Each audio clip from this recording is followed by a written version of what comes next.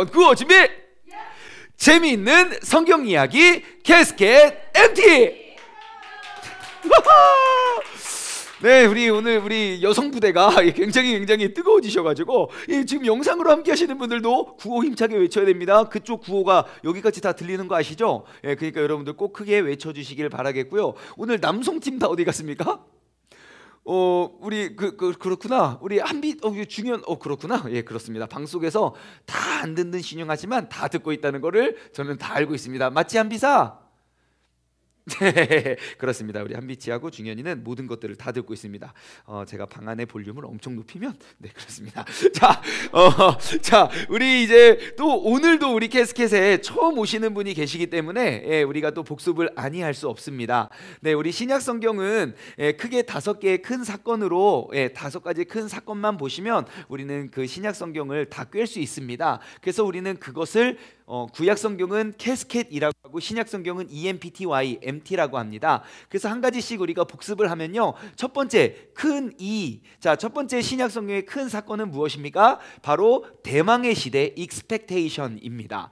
이것은 구약이 맞춰지고 말라기서가 맞춰지고 마태복음이 시작되기 전 그 대략 한 430년간의 그러한 우리는 중간기, 중간사라고 이야기를 했고요. 우리는 이 시대 가운데 다니엘이 보았던 환상처럼 하나님께서 그 4개의 큰 짐승들이 보였던 것처럼 4개의 제국이 이루어졌다는 것을 우리는 살펴보았습니다. 그래서 기간은 기원전 430년부터 기원전 6년 예수님이 이 땅에 오실 그 태어나신 그 때를 정해서 우리는 대망의 시대이고요. 두 번째는 어떠한 시대입니까?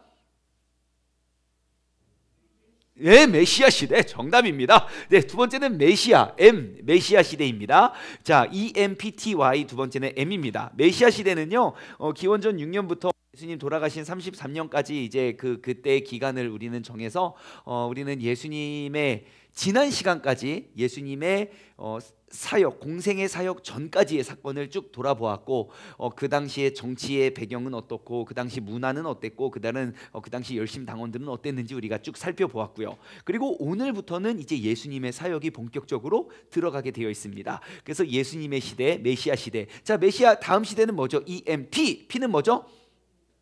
네, 오순절 시대입니다. 그 영어로는 펜타코스트. 예, 그래서 이제 그 하나님의 성회 있죠. 순복음교회가 하나님의 성회인데 그 순복음교가 영어로는 펜타코스트예요. 예, 오순절 제단이어서 그래서 이제 예수님께서 죽으시고 부활하시고 하늘로 딱 승천하셨을 그때에 마가의 다락방에 모여 있는 그 120문도의 사람들이 막 기도할 때 막 성령의 불같이 임했던 거 아닙니까? 예, 그래서 그 오순절 시대를 우리는 신약 성경의 세 번째 중요한 시대로 보고요. 자, 네 번째 EMPT. T는 뭐죠? 가르침의 시대의 딩동댕, teaching입니다. 영어로는 teaching, 가르침의 시대고요. 33년부터 95년까지 우리는 그 기간 전 세계에 흩어진 그 디아스포라 그리고 정말 종교적으로 정치적으로 너무 힘들고 박해가 너무 심했을 때 그래서 쭉 흩어진 그런 사람들이 이제 예수님이 우리의 구원자다 쭉 가리키는 그러한 시대가 되었고요. 신약 성경의 대부분 그러니까 바울의 서신서들은 다 가르침의 시기적으로 그때라고 보시면 됩니다. 마지막 EMPTY, Y는 뭐죠? 네, 아직 임하지 않은 시대입니다. 영어로는 yet to come. 그래서 95년부터 지금까지 예수님이 다시 오실 그때까지 우리는 우리는 이제 아직 임하지 않은 시대를 살아가고 있습니다. 자, 오늘은 앞서 잠시 설명해 드렸던 것처럼 오늘은 이제 예수 그리스도의 두 번째 파트, 그 메시아 시대는 크게 두 파트로 나눴습니다. 첫 번째 파트는 예수님의 출생부터 예수님의 유년기 시대, 그리고 지난주에 나눴던 세례 요한, 그 침례 요한의 예수님의 사역을 준비하는 그때까지 우리가 나눠보았고요. 이제 오늘부터 이제 앞으로 몇 주간은 이제 예수님의 사역에 우리가 본격적으로 집중하려고 합니다. 자, 복음이라는 단어. 그래서 우리는 이제 앞으로 계속 마태, 마가, 누가, 요한복음을 좀 더 집중적으로 우리가 살펴볼 계획인데요. 복음이라는 단어는 헬라어 단어로 에반게리온. 어떠한 단어라고요?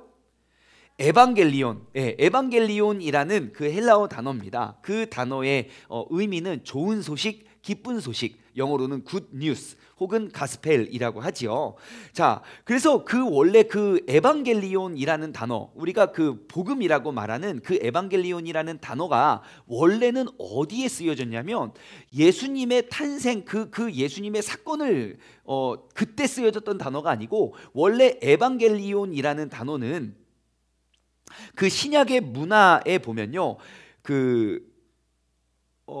왕의 선포를 알릴 때, 그러니까 이제 왕의 선포를 알릴 때만 사용했던 게 에반겔리온이라는 단어예요. 그 기쁜 소식, 이제 왕이 나셨다, 이제 왕의 선포를 알렸을 때가 사용되었던 그런 단어였는데요. 자, 그런데 이제 신약 성경의 모든 복음서들은 하나님께서 구약 성경에 예견되어 있고 약속되었던 그 모든 약속을 성취하는 그 우리의 구원자이고 만왕의 왕이신 예수님이 이 땅에 오신다는 그 소식을 우리는 에반겔리온이라고 사용해서 왕이 나셨다라고 우리는 이야기하고 있습니다.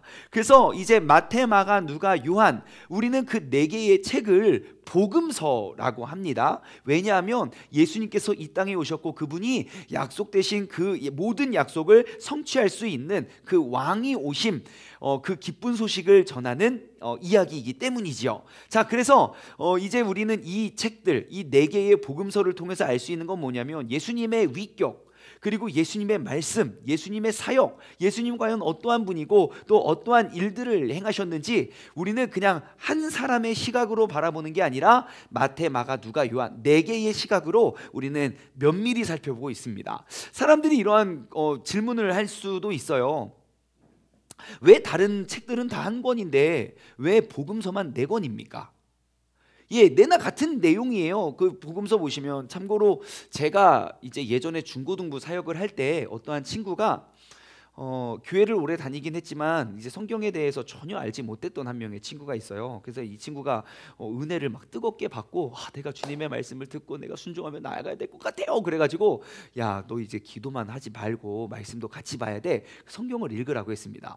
그래서 성경을 쭉 읽다가 한참 뒤에 그 친구가 저한테 이렇게 오더니, 그때는 제가 전도사였거든요. 전사님, 제 성경책이 고장난 것 같아요. 고장났다는 표현을 하더라고요. 왜 그래? 그러니까 이거 했던 이야기를 또 하고 그러니까 마태복음, 마가복음, 누가복음 읽다가 저를 찾아온 거예요. 똑같은 이야기가 또 있고, 또 이거 읽은 것 같은데, 이거 읽은 것 같은데, 그랬다는 거예요. 그 사건을 알고 보니까 그 복음서예요. 그러니까 왜 복음서만 4개로 우리는 기록되어 있는가? 여러분이 이렇게 생각하시면 좋을 것 같아요. 다른 모든 역사들은 그냥 한 권의 책으로만 설명하면 됐지만 이 성경책의 주인공인 예수님을 묘사하기 위해서는 그냥 한 개로만 보면 이 3D 공간에 한 면만 보면 그것밖에 볼 수가 없을 것 같아요. 예수님이 이 땅에 오시고 모든 사역을 이루시고 우리를 구원해 주신 그 구원자임을 명확히 알리기 위해서 복음서는 그냥 한 면만 보는 게 아니라 마태의 시각, 마가의 시각, 누가의 시각, 요한의 시각으로 봤다고 보시면 돼요. 그래서 이 4개의 복음서를 여기만 봤다가 예수님 이런 분이구나, 그것만 아는 게 아니라 위로 보면 또 이렇게 생겼거든요.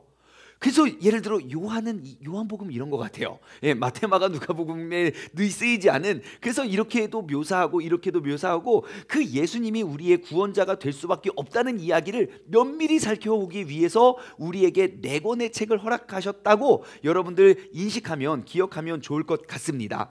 자, 그래서 이제 예수님의 생애에 이제 우리는 본격적으로 예수님이 어떠한 사역을 행하셨고 어떠한 사역을 행하셨고 그리고 어떻게 죽으셨고 부활하시면서 어떠한 일들을 성취해 내셨는지 이제 우리가 이제 예수님의 본격적인 사역의 여행으로 우리가 한번 떠나봅시다. 그래서 이제 메시아 2부는요 이제 오순절 시대를 연결짓는 그 연결고리까지 우리가 함께 나누어 보도록 하겠습니다. 자, 이제 예수님의 사역을 살펴볼 때 그 첫 번째 특징 한 목소리로 읽어볼까요? 준비 시작.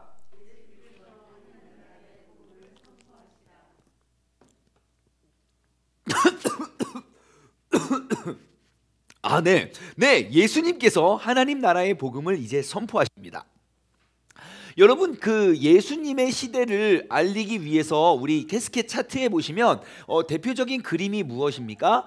파란 왕관이 우리는 나타났다는 것을 알 수 있습니다. 왜 이 파란 왕관이 의미하는 것은 무엇입니까? 우리가 구약 성경 그 캐스켓을 공부할 때부터 알았던 거죠. 하나님이 야곱의 이스라엘의 아들 중에 누구를 택해서요?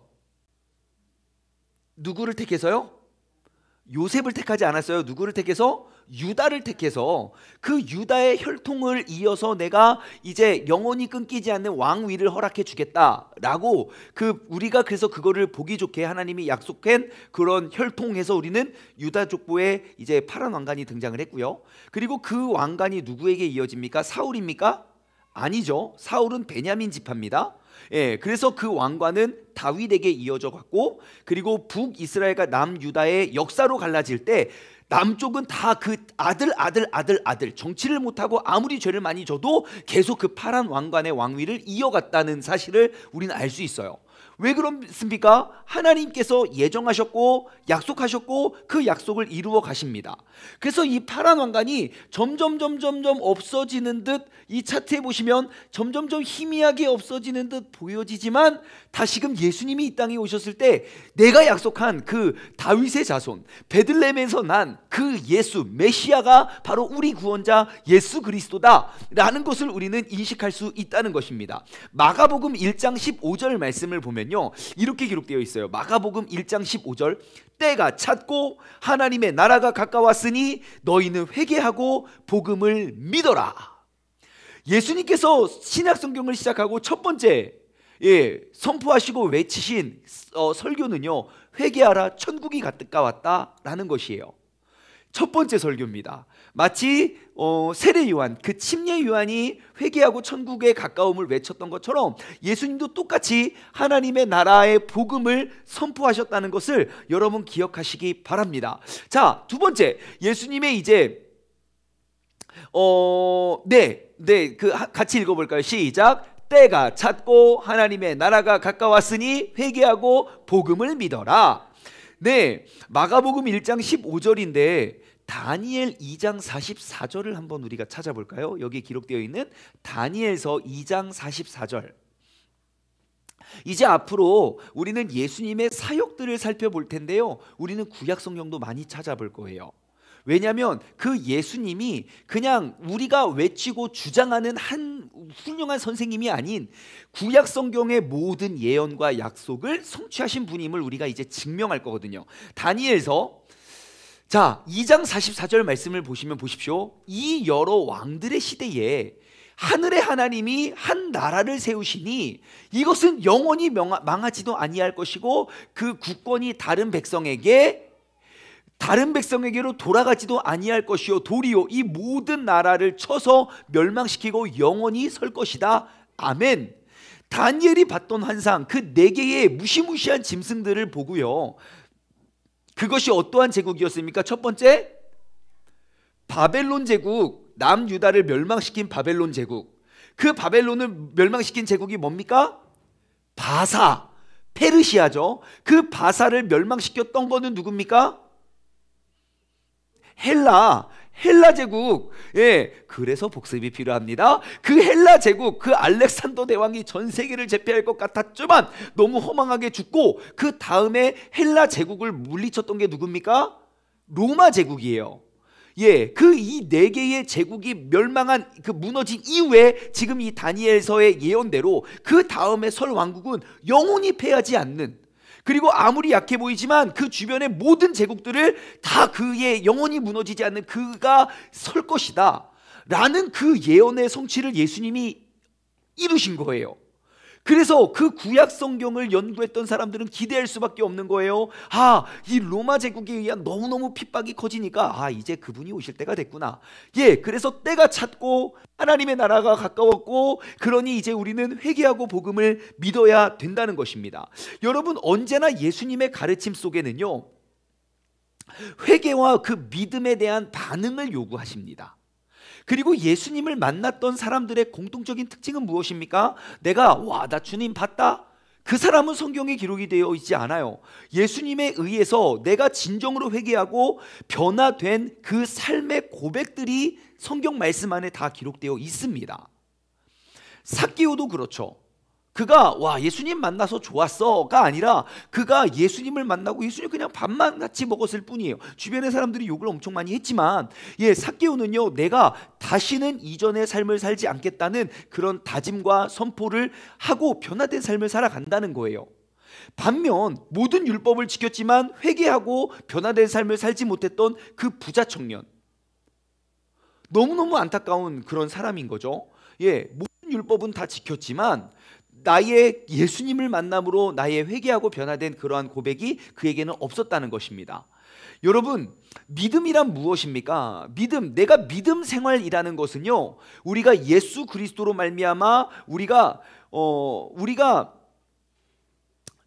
다시 죽고 예수님과 더불어 다시 살았다면 우리의 신앙생활, 우리의 믿음 생활은요, 하나님께 매일매일 나아가는 그것이 바로 믿음 생활이라고 할 수 있을 것 같아요.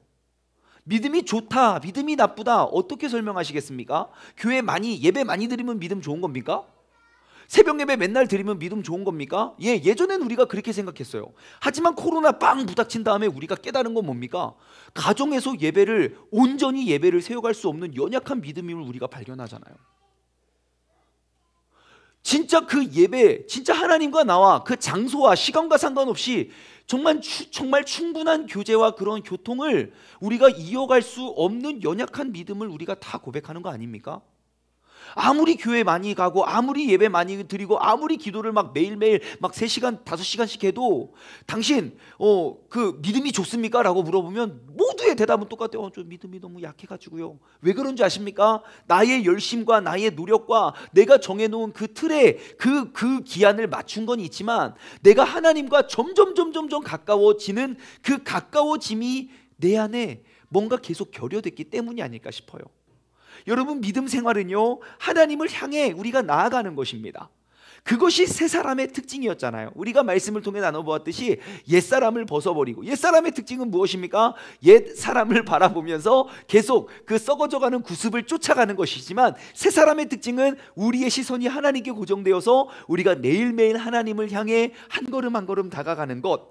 자, 하나님을 향해 나아가기 위해서 우리는 매일매일 하나님의 말씀을 바라보며 나의 죄를 고백하고 그 죄를 우리가 씻어져 가는 것을 두 글자로 뭐라고 한다? 큐티. 아멘. 그래서 우리가 큐티 해야 되는 거예요. 하나님의 말씀 외에 내가 무엇으로 내 마음을 정케할 수 있겠습니까? 그 말씀의 명확한 기준이 오직 하나님의 말씀이 되어야 되니까 여러분, 매일매일 꼭 큐티하는 습관 다시 한번 다짐하시고 드리시기 바랍니다.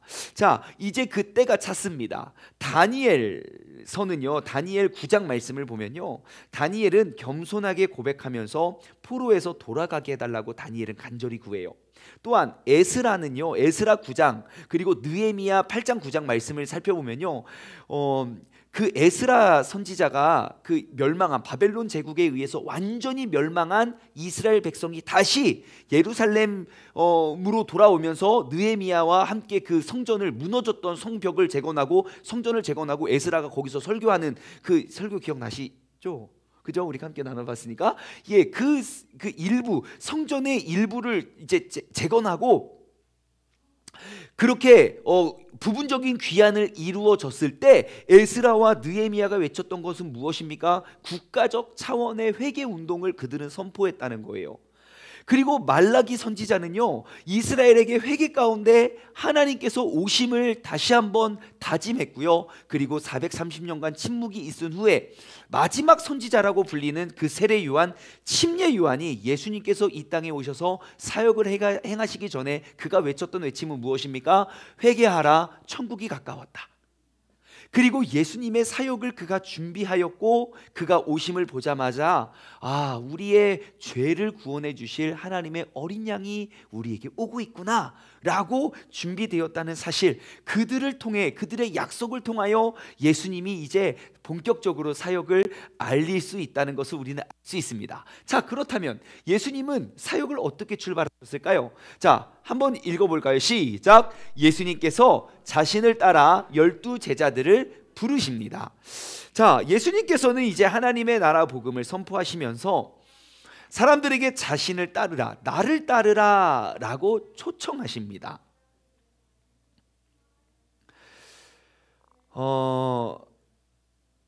여러분, 예수님은 항상 나를 따르라고 초청하십니다. 그것은 12명에게만 했던 말이 아니고요, 예수님은 이제 땅 끝까지 이르러 나의 증인이 되라고 말씀하시죠. 그것을 선포하십니다. 다시 말해 우리가 해야 될 일들은 무엇이냐면 아버지와 아들과 성령의 이름으로 침례를 베풀고 내가 너희에게 분부한 모든 것들을 가르쳐서 지키게 해라. 볼지어다 내가 세상 끝날까지 너희와 함께하겠다. 복음서를 마치는 그 마지막 이 지상 대명령은요, 우리가 예수님을 따르는 제자가 되었다면 너희도 누군가에게 나를 따르라 라고 우리가 손을 내밀 수 있는 것이 우리에게 맡겨진 사명이라는 거예요. 그럼 여러분, 오늘 이 저녁에 한번 점검해 보십시오. 여러분, 신앙생활 하면서 교회 가자 말고요, 나를 따르라, 나를 따라서 나를 따라오라고 혹시 권면한 제자들이 몇 명이나 됩니까? 한번 돌아보시죠. 우리가 왜 지금까지 믿음이 없고 아무리 열심히 신앙생활해도 내가 연약한 믿음을 고백할 수밖에 없는지 답을 계속 찾아가는 거예요. 여러분, 신앙생활은, 전도는요, 어떻게든 교회에 앉혀놓는 것이 아니라 내가 예수님의 모습을 뒤따랐다면 나도 그들에게, 누군가에게 나를 따르라고 손을 내미는 것입니다.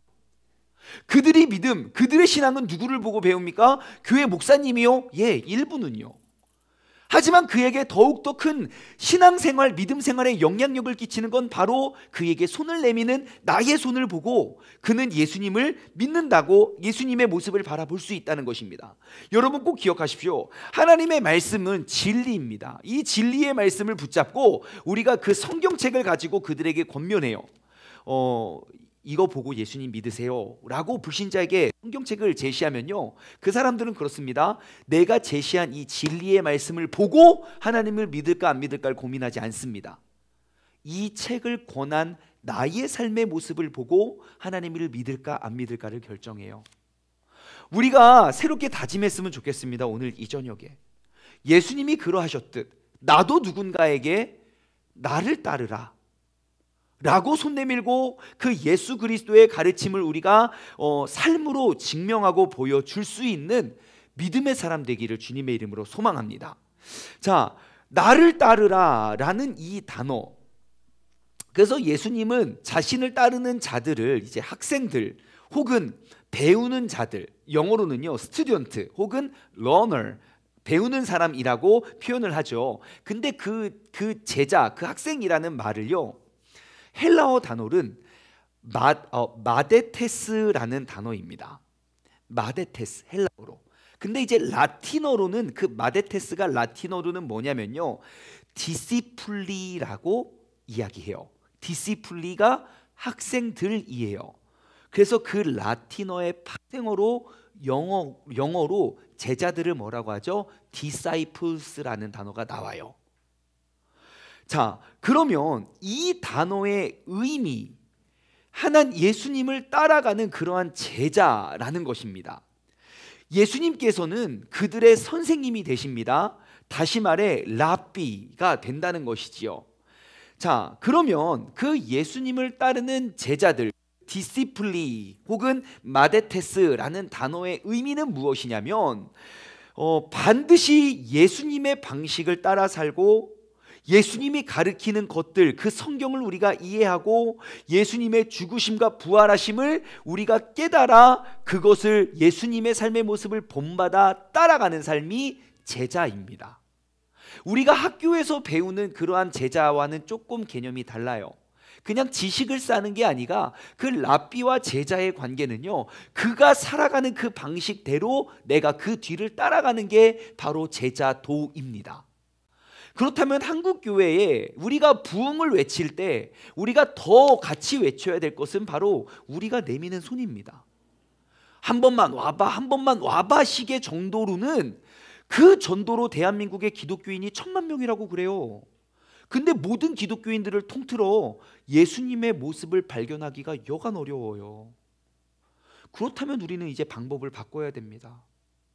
아직도 나는 그렇게 못 살겠지만 너는 열심히 잘 살아봐, 이러한 식의 전도가 아니라 정말 그 모든 사람들에게 내가 손을 내밀고 내가 그들에게 나를 따르라, 나도 완벽하진 않지만 온전하진 않지만 내가 최선을 다해서 예수님의 모습을 닮아가려는 나의 노력, 내가 어제가 아니라 오늘 이 큐티를 통해서 깨달은 말씀 내가 오늘 이렇게 적용해 가고 있고, 내가 한 달 전에는 이렇게 적용해서 내가 이렇게 달라져 가고 있고, 매일매일 완벽한 모습으로 손을 내미는 게 아니라 매일매일 예수님을 닮아가는 모습들을 우리가 제시하고 손 내밀 수 있는 우리 모두가 되기를 주님의 이름으로 소망합니다.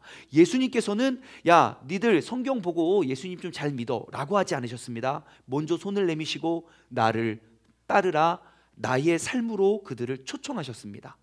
우리가 그 예수님의 가르침을 우리가 본받아서 이제도 우리가 누군가에게, 완벽한 모습이 아니기 때문에 부끄러워하지 마시고요, 완벽한 사람은 누구도 없습니다. 그러니 내가 매일매일 조금씩 달라져 가고 있는 그 모습에, 그 변화되어 가고 있는 그런 삶, 그러한 성화되어져 가고 있는 그러한 삶으로 여러분들 많은 사람들을 초청할 수 있는 우리 모두가 되었으면 좋겠습니다. 혹시 예수님 12제자의 이름은 다들 아십니까? 웃음만 나오죠. 뭐 그런 거 물어봐요. 그거 몰라도 천국 가는데 아무 지장 없습니다. 없지만 그래도 우리 평생 신앙생활 했는데 그 12명을 알아두면 좋잖아요. 제가 이 12명의 이름을 어떻게 쉽게 외울 수 있을까 쭉 읽어보고 또 읽어보고 했는데 아직 명확한 답은 없습니다. 나중에 제가 더 연구해서 이거 캐스켓 마치기 전에 12명의 제자를 완벽히 외울 수 있는 방법을 제가 좀 설명해 드리도록 할게요. 근데 오늘 이 시간에는 그 12명이 그들의 별명이 있고 그들이 다른 이름으로 쓰이는 게 있습니다. 그것은 제가 가르쳐 드리면 좋을 것 같아요. 자, 예수님의 제자 첫 번째는 시몬입니다. 시몬. 자, 시몬의 뜻이 뭐죠? 시몬은 다른 이름으로 뭐라고 하죠? 베드로라고 합니다. 예, 시몬 혹은 베드로. 그 베드로 이름의 뜻이 뭐죠? 반석이에요.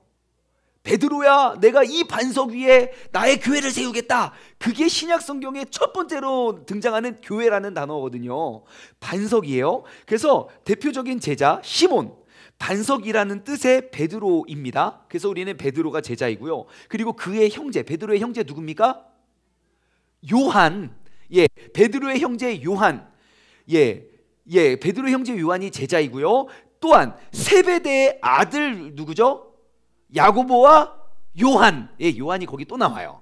예, 그래서 그 베드로의 형제 요한, 그리고 세베대의 아들 야고보. 야고보의 원래 이름은 야곱입니다. 야곱에서 나온 이름이 야고보예요. 자, 그리고 그의 형제 요한이 있습니다. 그래서 벌써 이제 베드로의 형제 요한, 야고보의 형제 요한 4명이 나왔어요. 자, 그리고 빌립 있습니다. 빌립. 그리고 바돌로메라는 제자. 바돌로메라는 제자의 다른 이름을 혹시 아십니까? 4글자? 사람들이 이거 잘 몰라요. 이것도 원래 사실 신학적으로 따지면 100% 정확한 건 아니지만 대부분이 바돌로메가 그 사람이다라고 이야기하고 있는데, 그게 바로 나다니엘. 네, 나다나엘이 바로 이제 바돌로메의 다른 이름으로 우리는 보고 있어요. 예, 그래서 나다나엘이 바돌로메이고, 그래서 이제 6명 나왔어요. 그리고 도마는 디두모라고 하죠. 그래서 도마는요, 사실 쌍둥이라는 뜻입니다. 도마. 예, 도마. 쌍둥이라는 뜻을 갖고 있고요. 그리고 우리가 잘 알고 있듯이 마태의 직업은 세리고요. 그 마태를 다른 이름이 있습니다. 마태 혹은 누구라고 하는지 아십니까? 레위라고도 합니다. 마태는 레위라고 하고요. 그리고 알페오의 아들 야고보가 있습니다. 문자적으로 야고보는요, 야곱이라고 아까 말씀드렸어요. 자, 그래서 알페오의 아들 야고보가 있고요. 그리고 다데오라는 제자 있어요. 그 다데오를 또는 유다라고 해요. 그래서 가론 유다, 그리고 다데오 유다가 있어요. 제가 다음에 이거 조금 표로 해서 한 번 더 설명해 드릴게요. 다음 주에. 자, 그래서 다데오 유다가 있고요. 그리고 지난주에 나눴던 열심당원이었던 시몬 있고요. 그리고 마지막으로 예수님을 배반한 가룟 유다가 있습니다. 시몬, 안드레, 야고보, 요한, 바돌로메, 도마, 마테, 야고보, 다데오, 시몬, 가룟 유다. 여전히 헷갈립니다. 자, 아무튼 다음 주에 제가 예쁘게 표로 만들어서 다시 한번 설명해 드리도록 하겠습니다. 자, 아무튼 그 12명의 제자를 부르시고요. 그 다음에 이제 70명의 제자들, 이제 12명에서 이제 나중에는 70문도를 부르시죠. 70문도를 불러서 이제 두 명씩 이제 짝을 지어서 이제 그들을 파송하시고, 그리고 그 70명인 이유는, 여러분 성경에서 70이라는 숫자는요, 가끔씩 종종 모든 민족을 대표하는 그러한 글로 쓰여집니다. 예를 들어 창세기 10장 말씀을 보잖아요. 창세기 10장은 족보가 나옵니다. 그 족보 다 세어보면 70명의 이름이 나열되어 있어요. 다시 말해 이제 모든 민족을 뜻하는 의미로서 70문도라고 우리는 보시면 되겠고요. 그리고 예수님을 따르는 자들로 그 예수님을 따르는 자들로 하여금 이제 불신앙에서 신앙으로, 우리가 옛사람에서 새사람으로 이렇게 이끌고 가르칠 수 있는 그러한 제자들을 예수님께서는 이제 파송했다라는 것 여러분 꼭 기억하시기 바랍니다. 근데 가만히 보면요, 제자들의 삶이 완벽하지 않습니다.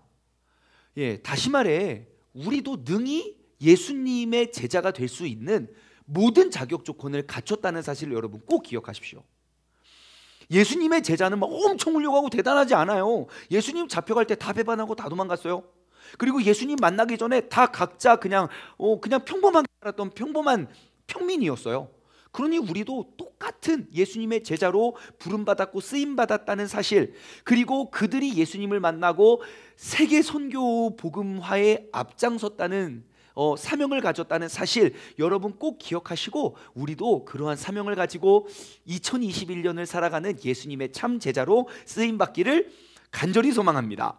자, 이제 예수님이 제자를 부르셨고 이제 예수님께서 가르치십니다. 첫 번째 가르침 함께 읽어볼까요? 시작. 예수께서 산상수훈을 전하시다.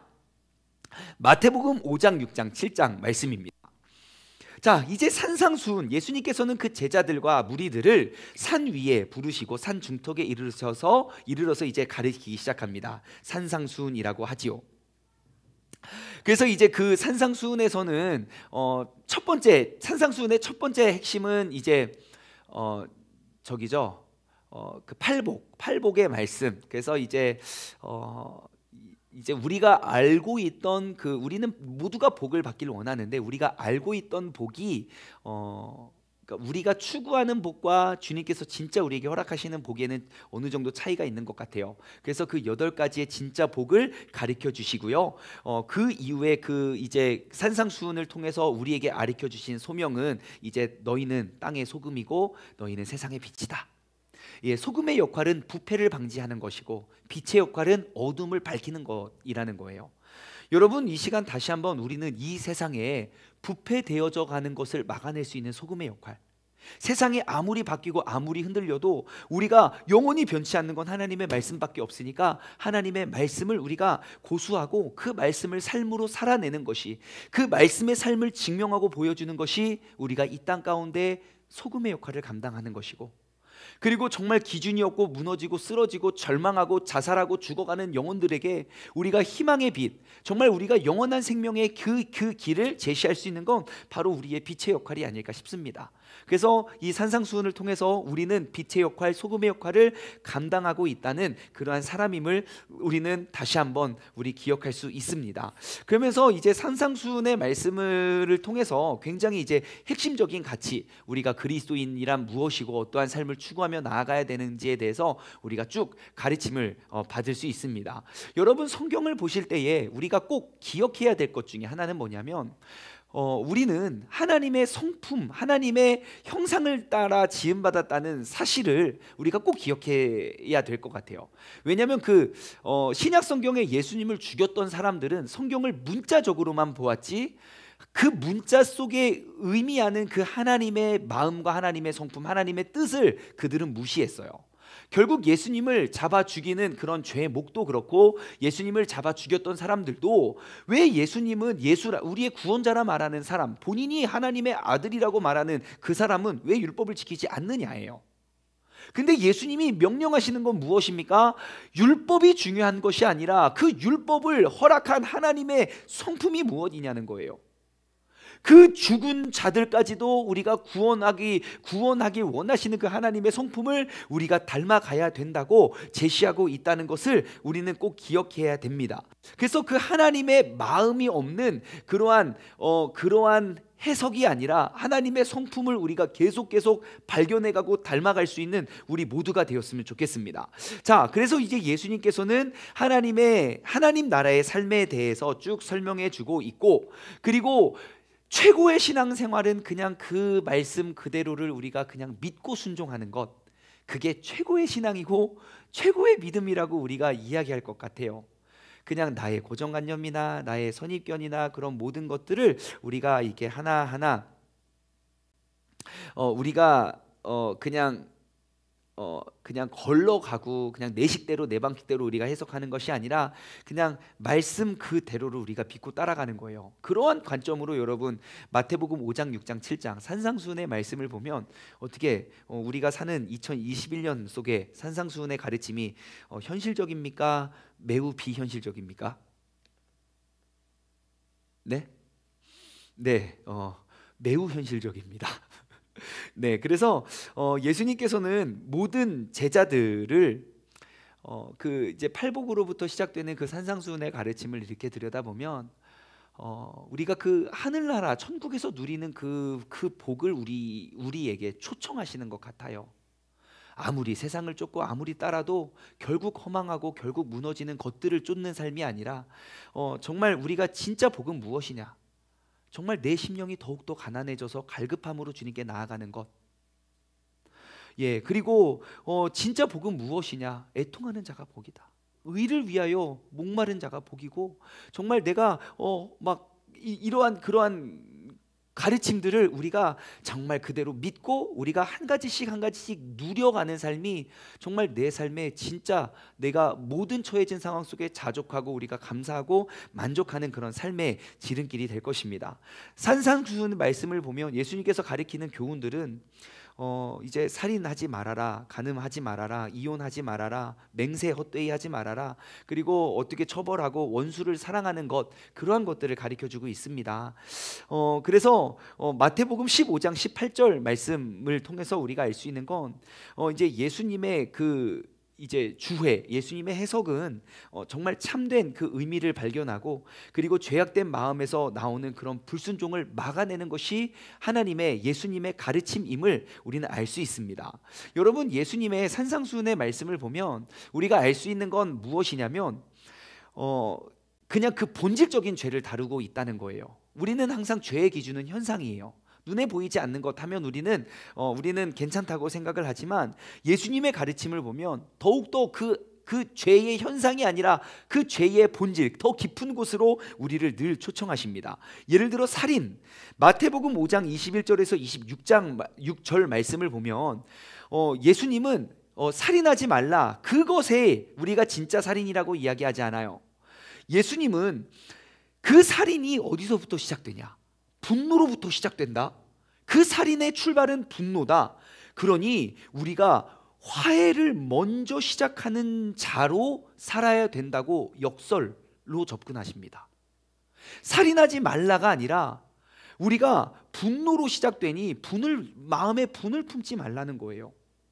에베소서에도 나오죠. 우리가 분을 내어도 죄를 짓지 말라고. 왜요? 죄의 싹은 사망이니까요. 그러니까 우리가 그 본질로 우리가 돌아가서 이제 먼저 서로를, 이웃을 사랑하고 화해하라는 가르침을 제시해 주십니다. 그리고 그것은 바로 출애굽기 20장 살인하지 말라라는 계명이, 그 본질은 우리가 화해하고 용납하는 그러한 삶을 살아야 된다는 걸 가르쳐주고 있지요. 바리새인들이 놓쳤던 것은 무엇입니까? 그 문자 그대로만 보고 그것만 풀었다는 거예요. 예수님은 그것보다 더 한 걸음 더 나아가셨습니다.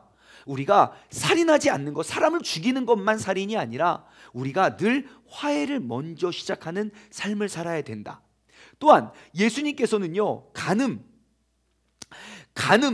역시 우리가 이 사람을, 간음의 기준이 무엇이냐, 우리가 생각하는 간음은 그런 간음 행위를 한 것이 우리가 생각하는 간음이지만, 진짜 천국을 누리는 사람은 이미 여자를 보고 음욕을 품는 자도 이미 간음한 거라는 거예요. 다시 말해 무엇을 이야기합니까? 철저하게 거룩한 삶을 사는 것이 우리가 간음하지 않는 사람이라는 것을 가르쳐주고 있다는 거예요. 여러분, 예수님의 가르침은 항상 그 본질로 들어갑니다. 그리스도인들은 무엇을 추구하는 사람입니까? 간음하지 않으니까 나는 괜찮아, 나 이제 죄인이 아니야가 아니라 내가 얼마나 거룩한 삶을 추구하고 그 거룩한 삶을 노력하며 살아가고 있느냐. 너의 눈이 정말 여자를 보고 음욕만 품는 게 아니라 너의 눈이 세상의 쾌락과 그 세상의 만족과 세상의 이익만을 바라보고 있다면 이미 우리의 마음과 우리의 삶은 거룩에서 떠나간 삶을 살고 있다는 것이에요.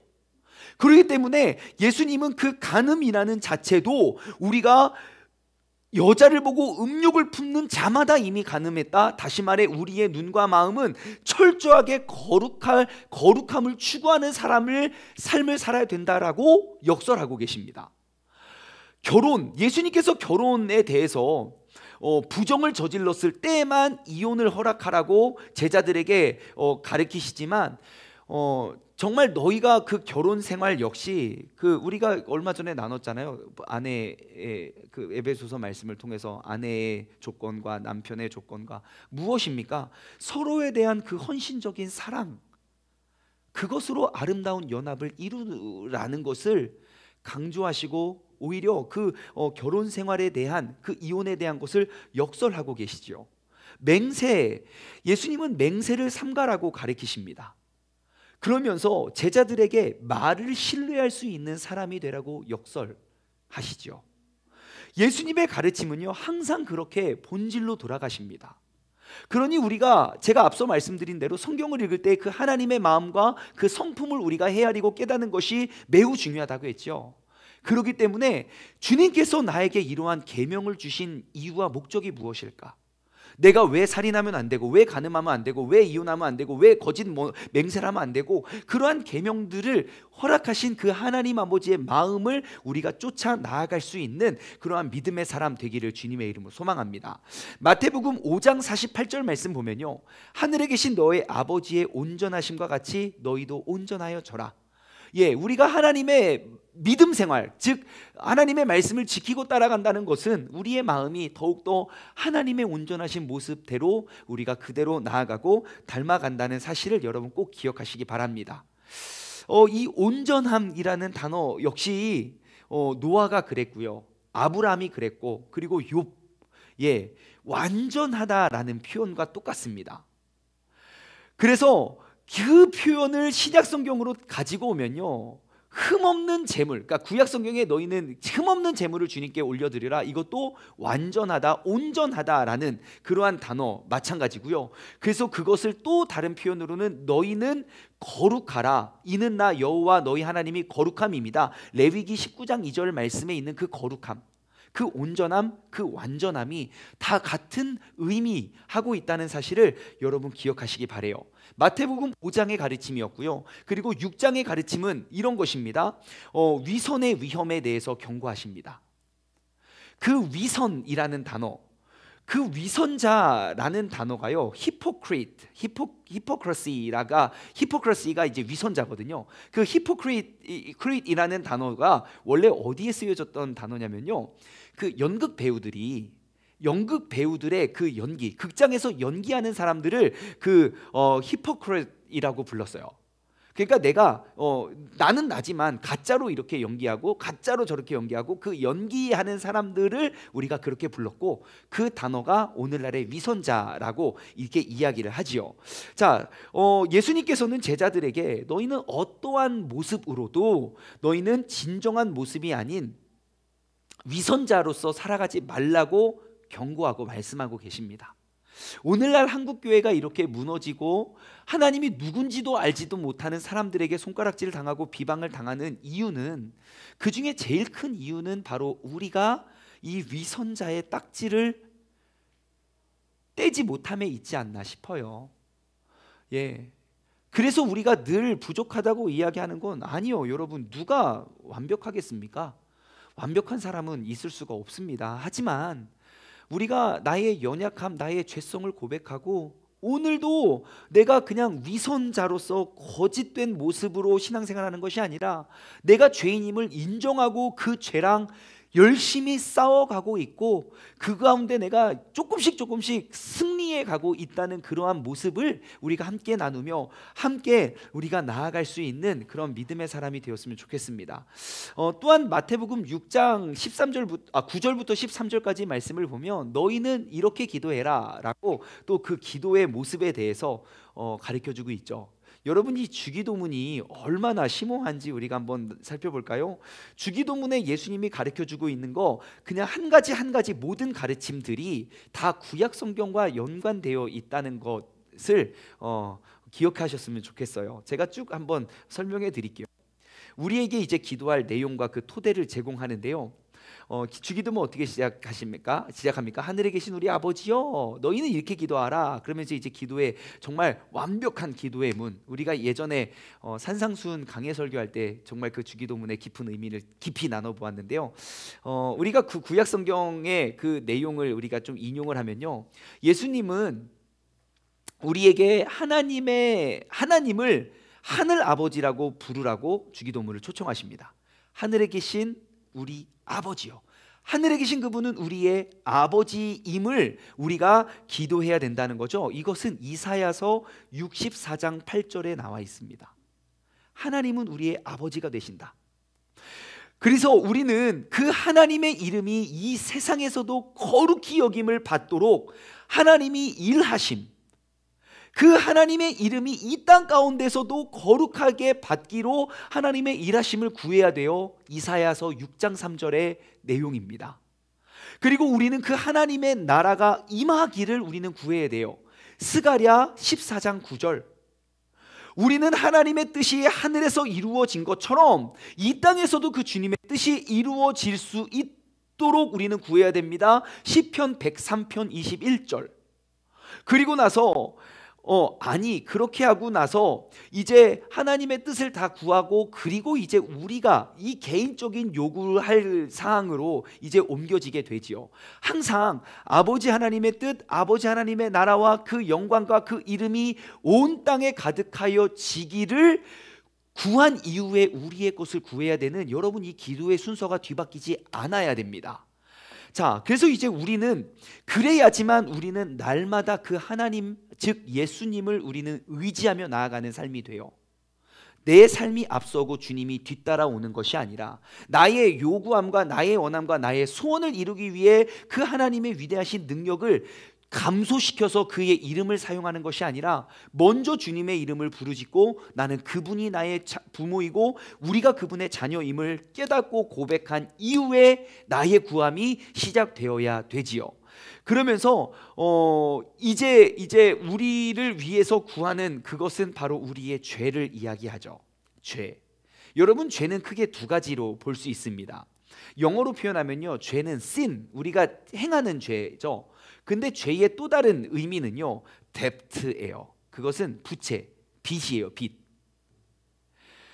그래서 우리가 주님께 우리의 죄를 용서하여 주옵소서라는 것은 내가 행해서 지은 죄의 용서도 있지만 내가 행하지 않음에 의해서 쌓여진 그런 빚, 그것도 용서해 주실 것을 구해야 됩니다.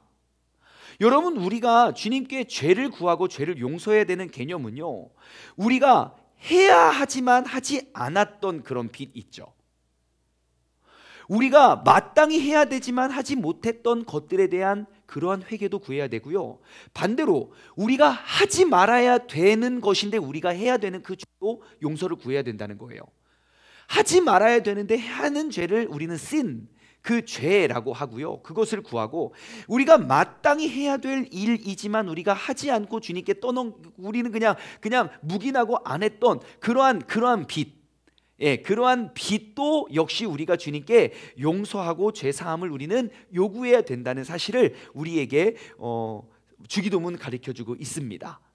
그리고 다만 악에서도 구하여 주옵시고, 결국 주기도문의 시작과 끝은 하나님의 영광으로 시작해서 하나님의 영광, 그 나라와 힘과 영광과 권능이 아버지께 영원히 싸움나이다. 아멘. 그 모든 것들은 하나님의 영광을 위해 하나님께 속한다는 것을 우리가 선언하고 주기도문은 맞춰지게 되죠.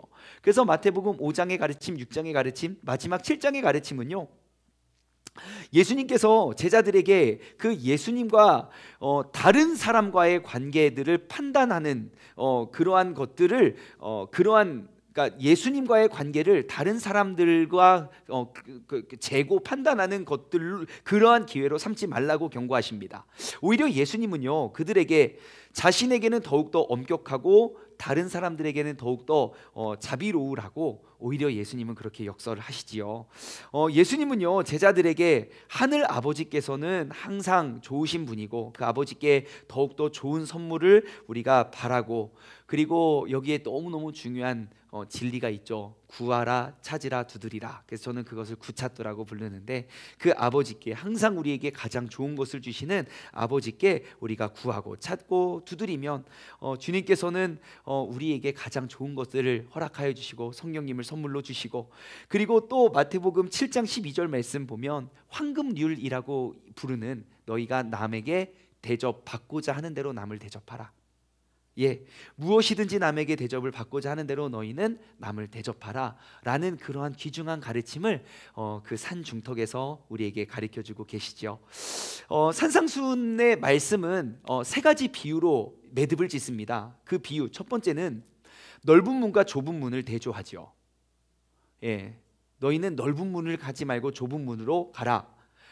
넓은 문을 멸망으로 인도하지만, 그래서 많은 사람이 택하지만 좁은 문은 그 생명으로 인도하는 자, 그리고 그 좁은 문을 택하는 사람은 그리 많지 않고, 이 시간 우리와 함께하는 우리 모두는 이미 좁은 문을 택하여 좁은 문을 향하여 나아가는 사람입니다. 그러니 우리는 계속 끊임없이 그 좁은 문을 바라보며 그것을 향해 도전해야 돼요. 하지만 우리는 좁은 문을 택했다고 말하면서 계속 그 넓은 세상만 바라보고 넓은 문만 쫓고 있지는 않나, 다시 한번 돌아보았으면 좋겠어요. 우리는 이미 그 좁은 문을 향해 쫓아가는 사람이고, 교회들이 번영과 번창과 계속 넓은 문만 추구하고 그것이 성공의 기준이었던 그런 교회들 역시 결국 우리가 예수 그리스도의 그 값진 진리를 쫓는 것이 아니라 결국 정말 하나님의 영광과 그 거룩함의 몰락과 멸망의 열매를 보게 된 것 같아요. 그래서 아무튼 중요한 건 우리는 다시 한번 그 좁은 문을 택한 사람이라는 것을 기억하시고, 두 번째 비유는 좋은 나무와 나쁜 나무를 대조합니다. 마태복음 7장 15절에서 23절 말씀인데, 여러분, 나무는 항상 좋은 나무가 좋은 열매를 맺고 나쁜 나무가 나쁜 열매를 맺습니다. 다시 말해 오늘날 우리의 신앙생활에 우리의 삶의 열매들을 보면 나는 어떠한 나무인지 우리가 발견할 수 있게 되죠.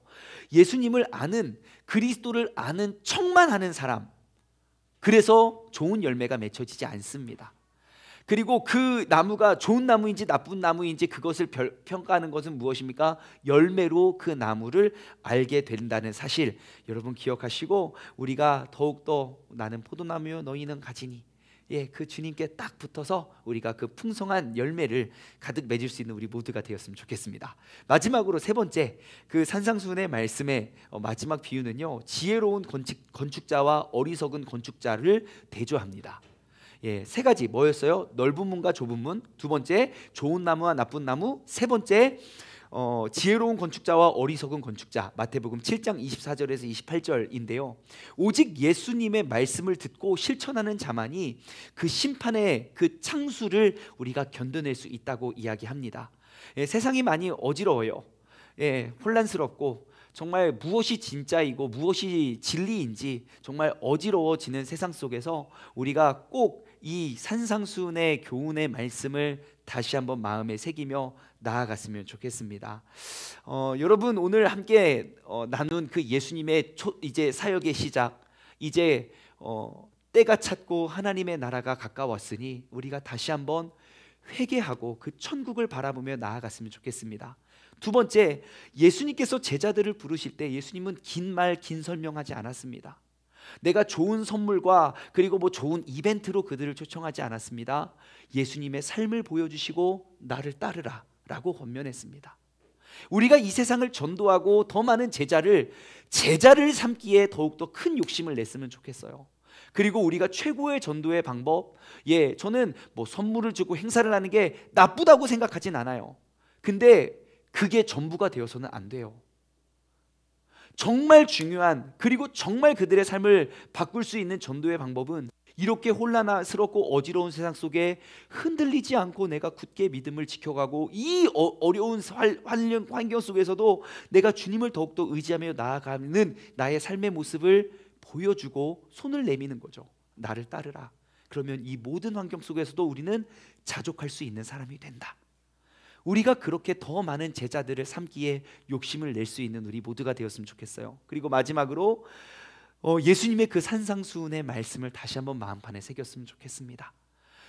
진정한 복은 무엇인지, 그리고 우리가 기도는 어떻게 해야 되는지, 그리고 우리는 세상의 빛과 소금의 역할을 담당해야 되는 사람이라는 것, 그리고 그 마지막 우리는 넓은 길을 쫓는 사람이 되어서는 안 되고 그 좁은 길을 따르는 사람이 되고, 우리가 좋은 나무가 되어 좋은 열매를 맺는 사람이 되고, 그리고 지혜로운 건축자가 돼서 비가 불고 창수가 나도 우리가 흔들리지 않는 그러한 믿음의 사람 되기를 다시 한번 마음속에 다짐하기를 주님의 이름으로 간절히 소망합니다.